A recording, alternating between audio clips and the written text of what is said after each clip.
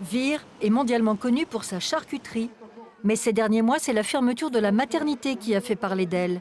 Une ville entière, mobilisée dans un combat âpre et malheureusement perdu, faute d'avoir pu recruter des praticiens. Vire est un paradoxe. Une cité qui a su attirer des entreprises, créer des emplois, se développer d'un point de vue économique, mais qui perd ses habitants, manque cruellement d'attractivité et se vide. 870 logements sont vacants. Un constat partagé par les deux candidats aux élections municipales, à droite Catherine Godbarge et à gauche Marc-Andreu Sabater. Les centres-villes ont eu tendance à se vider parce que l'idéal de vie dans une ville de cette taille, c'est de vivre à la campagne avec son petit pavillon. On était encore dans cette façon de voir les choses.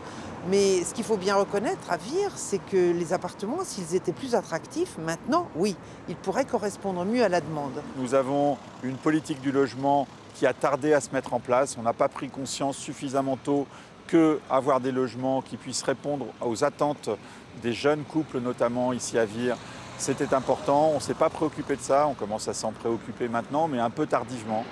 Diagnostic et prescription similaires, les deux candidats surfent sur les mêmes thèmes. C'est que succéder à Jean-Yves Cousin, maire UMP de Vire pendant 25 ans, demande du doigté. Les Virois ont manifesté leur indéfectible attachement à un homme au long de 4 mandats consécutifs. Sa succession s'annonce donc délicate pour chacun des deux prétendants à son fauteuil. Je fais toujours attention à ça. Après 25 ans, c'est normal que les gens y soient très attachés, que ça n'est pas une succession facile au niveau des personnalités, je veux dire. Après, sur le bilan, je crois vraiment que j'ai la chance de pouvoir m'appuyer sur un bilan auquel j'ai participé et qui est extrêmement positif dans cette période de difficultés économiques. Vous savez, l'étiquette politique importe peu à partir du moment où on a des gens qui ne sont pas clivants, qui peuvent travailler avec tout le monde. À partir de là, je crois que le choix des Virois ne se fera pas du tout pour des considérations politiques. Ce sera le choix de la personne qui sera la mieux à même de rassembler et de fédérer toutes les énergies dans l'intérêt de la ville. Catherine Godbarge, 65 ans, était deuxième adjointe de Jean-Yves Cousin, chargée de la culture. Marc-Andreu Sabater est maire de Saint-Germain-de-Talvende et conseiller général.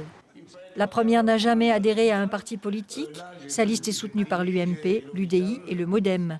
Le second appartient au Parti radical de gauche. Il a l'appui du PS et des Verts. Porte à porte, réunion, site internet, les deux candidats font discrètement campagne, privilégiant le contact direct. Car les Virois veulent avant tout un maire qui s'occupe d'eux. Les postulants l'ont bien compris. Il n'est qu'à leur demander les maîtres mots de leur programme. Maîtrise budgétaire, maîtrise de la fiscalité et proximité. Mobilisation et proximité, je crois que c'est très important. Moi, c'est ce qui me caractérise. Pour Vire, le changement, c'est maintenant. Fin mars, quel que soit le résultat de leur vote, les électeurs se seront choisis un nouveau maire. Pas de grand chambardement en vue néanmoins. Les deux candidats sont à l'image de la ville, rationnelle et pondérée. Une élection qui, d'une manière ou d'une autre, se gagnera au centre.